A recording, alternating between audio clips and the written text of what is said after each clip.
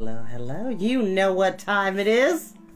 Woo! Get into it! Get into it! Yes! We are back, lovelies. We are back with another installment of Storytime with Chris. Hi.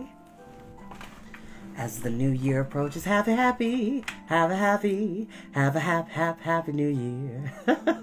It's gonna be great. It's gonna be great. No, I feel like next year's gonna be really good. There's a lot of really good movies coming out next year, a lot of really good TV shows and anime coming out next year. Lots of new series are starting next year. Some series are ending next year.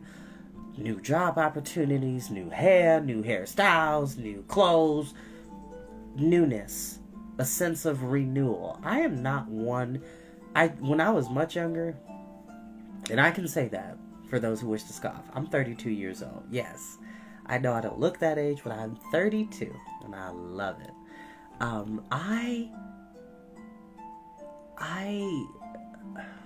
do I put this? I used to do New Year's resolutions when I was much younger, but then I started to cease to see the point of it, because as long as you're doing what you can to take care of yourself, change certain habits, renewing your life, invigorating your life, doing positive things, you don't necessarily need to have a quote-unquote New Year's resolution. Just go and do. As a good friend of mine, one of my dearest friends, she said, don't be sorry, do better. So, for those who wish to make those things, that's fine. But for me in my house, that's not something I really participate in. I don't feel it's necessary to make a New Year's resolution. Just go and do what you seek to do, and do it well. That's all you need to do. Just do it. And in the words of in the words of the Oracle, you see, you haven't come here to make the choice. You've already made it. You're coming here to understand why you made the choice. Now you have to understand it. Now, we are back because now the Baudelaire is about to have to make a choice about Olaf, or, in this case, his many nefarious disguises. And no, I don't own the music that you're listening to in the background, which is brought to you by Harpsiboard this time. She is an amazing harp player who does a lot of different covers. Chapter 4. If you ever forced to take a chemistry class, you will probably see at the front of the classroom a large chart divided into squares, with different numbers and letters in each of them.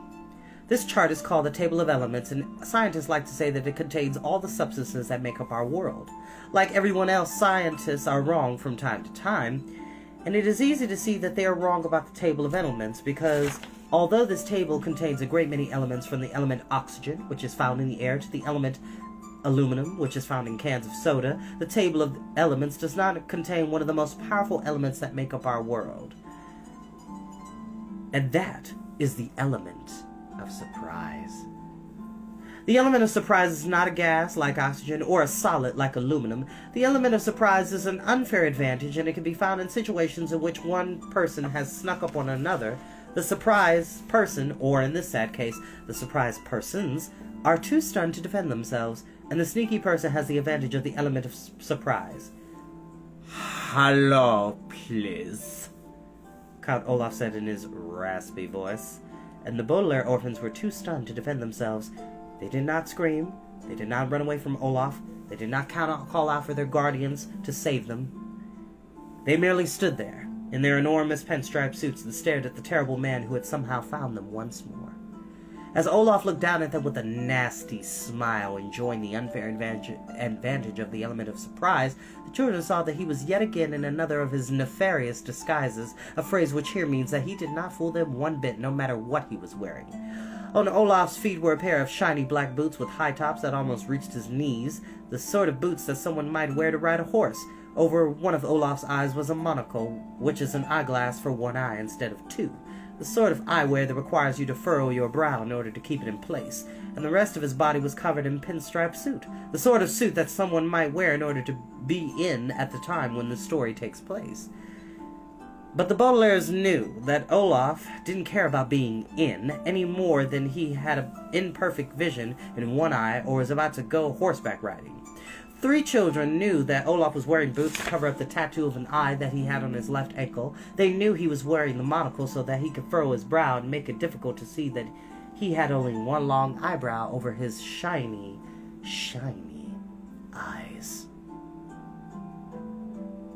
And they knew what he was wearing, a pinstripe suit, so that people would think he was a rich person who belonged on Dark Avenue instead of a greedy, treacherous villain who belonged in a heavily guarded prison.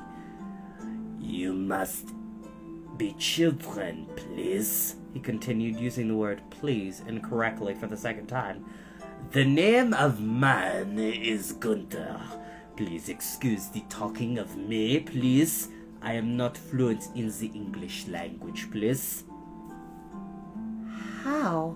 Violet said, and then stopped. She was still stunned, and it was difficult to finish the sentence.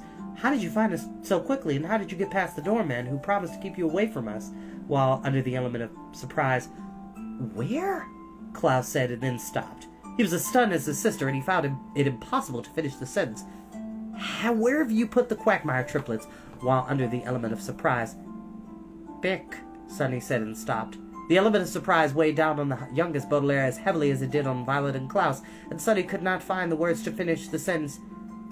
"Picayado," which meant something like, "What new evil plan have you cooked up to steal our fortune?"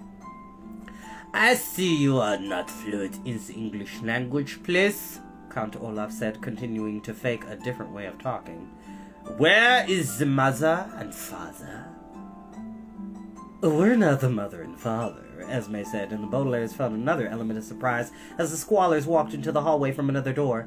"We're the legal guardians. These children are orphans, Gunther." "Ah!" From behind his monocle, Count Olaf's eyes grew even shinier, as they often did when he was looking down on the helpless Baudelaires. The children felt as if his eyes were a pair of lit matches about to burn them to a crisp. "Orphan,"